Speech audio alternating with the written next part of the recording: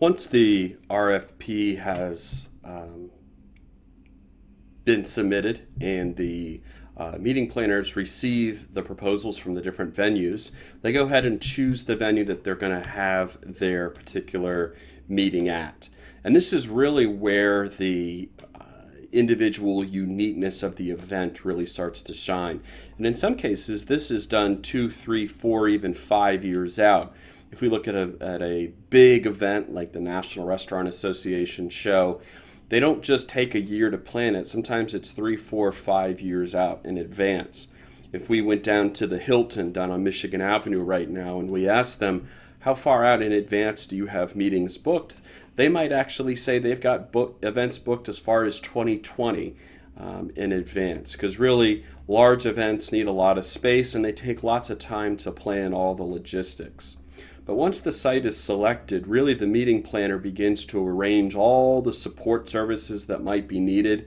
That might be things like transportation, that might be audiovisual, that might be event setup and teardown, that might be supporting services to assist with registration, that might be supporting services to assist with the marketing of the event, maybe somebody for website design. So there's a lot of different support services that could exist, and really the meeting planner is the one that really begins to coordinate all that. A lot of that coordination is with the facility itself, trying to figure out how many people they're going to need, thinking about what the flow of the event is going to look like, how many hotel rooms they're going to need, what particular spaces are going to be used, how those spaces are going to be used, what access and egress from the property might look like. If you have buses and transportation arranged, where will that occur? If you're going to have lots of deliveries associated with setup and teardown, what is that going to look like? So in addition to really interacting with all of the supporting services away from the venue site, a lot of the interaction a meeting planner has is with the venue itself. In terms of on-site logistics, some really key things that the meeting planner is going to be responsible for is, what does registration look like? How is registration going to occur? Is it something where people are going to need to register in advance, or do they register the day of or during the event itself? What sort of lodging requirements are going to be needed for meeting and event attendees? Traditionally, what a hotel will do is they will do something called a room block, BLOCK, and what that block is a special rate designed for people attending the conference at a hotel, and they block a certain number of rooms. So a very, very large event might have 2, 3, up to 1,000 rooms in their block.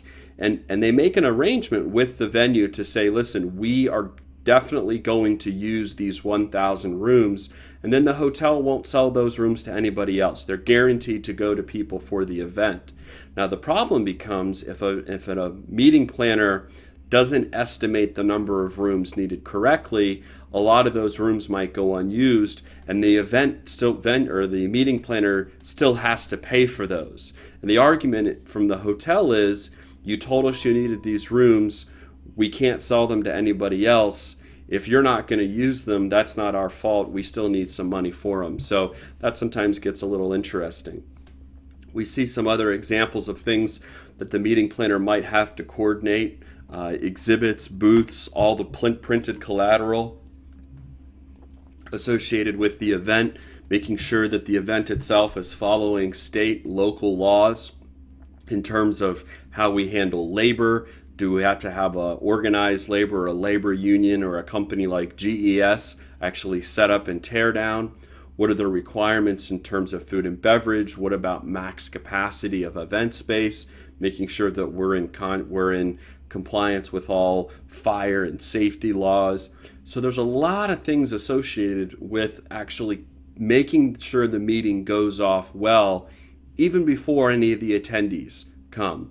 And this is the people, when you ask them, what do you really like about the meeting and event industry? They say, you know what, every single event that I put on is totally different. I like the unique challenge. I like kind of coordinating all the different variables at play, all the different people associated with the event. It really is an exciting industry to go into. A big part of what a meeting planner is going to be responsible for is the financial aspects. Quite often, associations and organizations, particularly those that are nonprofit, have very, very specific budgetary requirements that they're going to leave it up to the meeting planner to actually make sure that they adhere to. This idea that we have an endless budget and an unlimited budget is not very realistic. Pretty much every event out there that we see has some sort of budget, and a lot of times it's up to the meeting planner to help make suggestions about how the client can get the most bang for their buck, how they can make sure that they have the best event possible while still staying within budget. Sometimes the role of the meeting planner will actually be to gauge the success of the event. That might be through surveying of attendees. And really what the design here is to make sure that whether they spent $5,000 or $500,000, that the client is getting a really, really good return on their investment. Making sure that it was worth having it at this particular venue, it was worth having this meeting or convention or conference at this particular hotel, it was worth it to have it this time of year. All that really helps the meeting planner determine the next time this event is run, what they could maybe improve on. So again, the role of a meeting planner isn't just the event itself. It's not just determining all the logistics prior to the event. A lot of what a meeting planner does in this sector is after the event has happened, making sure that we can go back and we can say, did we get a really good return on our investment? Quite often, the meeting planner is responsible for marketing of the event. That might be printed material, that might be on social media, that might be on a traditional website, that might be looking at previous meeting attendees and promoting it to them. So a lot of the marketing associated with the particular event is the responsibility of the meeting planner. The meeting planner will traditionally interact with somebody at the facility itself, whether it's a hotel or a conference center. That person that the meeting planner interacts with at the venue is traditionally called a convention or a conference service manager. Sometimes they're called a catering manager, variety of titles, and they all kind of have the same responsibility. They're really designed to help the meeting planner make sure that they have the best event possible, whether it's a wedding, whether it's an educational seminar, or whether it's a trade show, or like the restaurant show or the car show here in Chicago. Really, there needs to be somebody both on site as well as working for the association or the organization to make sure the event goes smoothly. In addition to the conference service manager, quite often venue will have lots of different specialty positions. Associations who frequently hold meetings might also have some specialty positions. You see that here. I don't want to spend too much time focusing on that, but I want you to take away from this that you really can have a say and you can really become involved in meetings and events while not necessarily being a convention service manager. We saw a perfect example of that in our recent guest speaker, Yi-Yoon Kim, who visited us from Singapore, about what she does. She travels around for her association, and she helps the different chapters around the world hold their individual events. So the responsibility is the same. The titles differ dramatically. One of the reasons that cities like Chicago or New York or LA really like to draw in big conventions and conferences like the NRA or the restaurant show or the auto show is because when people come to a city for an event, particularly a big one, that really has a significant impact on tourism for that city. Because the people that come for big events are eating in restaurants, they're taking taxis, they're going to museums, they're staying in hotels. That means tax revenue, that means money coming into the economy. That means when there's a really, really big convention here in town, that means the shops on Michigan Avenue are filled up, the restaurants are filled up. So cities like Chicago really put a lot of support behind these hotels to bring in big, big conventions and conferences to cities.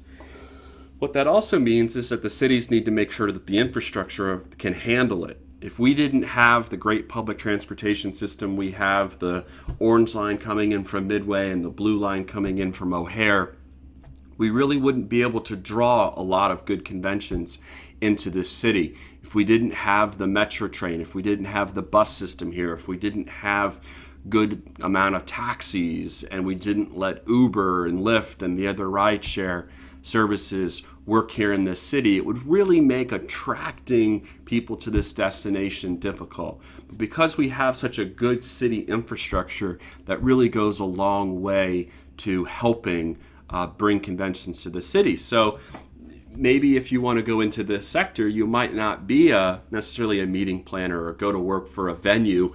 Maybe you'll actually work for a tourism board. You'll go to work for a local municipal government to really help create strategy to bring people into a particular destination for events.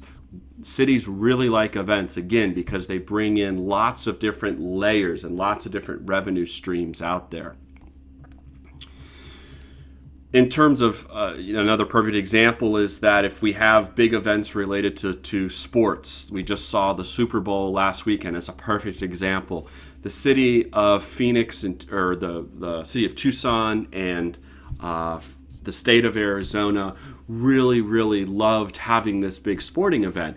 And it's just one event that lasts about 4 hours, but all the things associated with it, all the people that come in and stay in the hotels and eat in the restaurant and fly out in and out of Phoenix Airport, they really, really benefit from having events. So it doesn't necessarily need to be a business event. It could be more of a recreation event or a very casual event.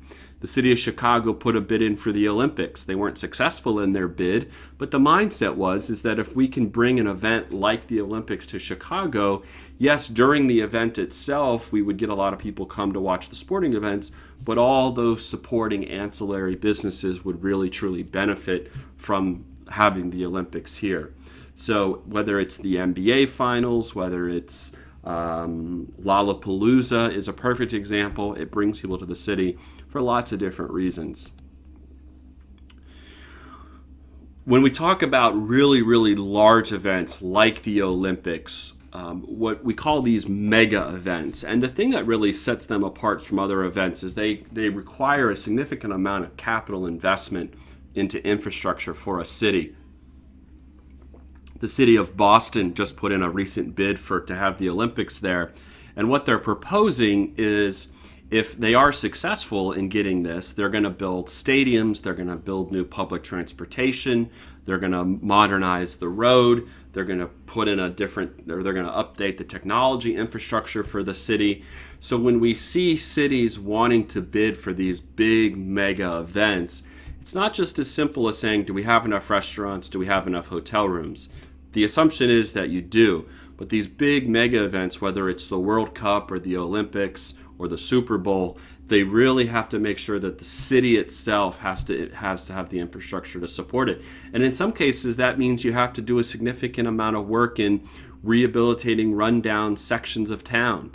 For example, if we wanted to have the Olympics here in Chicago, we would have to significantly improve a lot of this area. We would have to build stadiums. We would have to upgrade the L system significantly. I think we would have to create a wireless network or at least a 4G network pretty much throughout the entire city. So some people that like to go into the event industry will choose to go work for organizations or cities that are help planning these big mega events.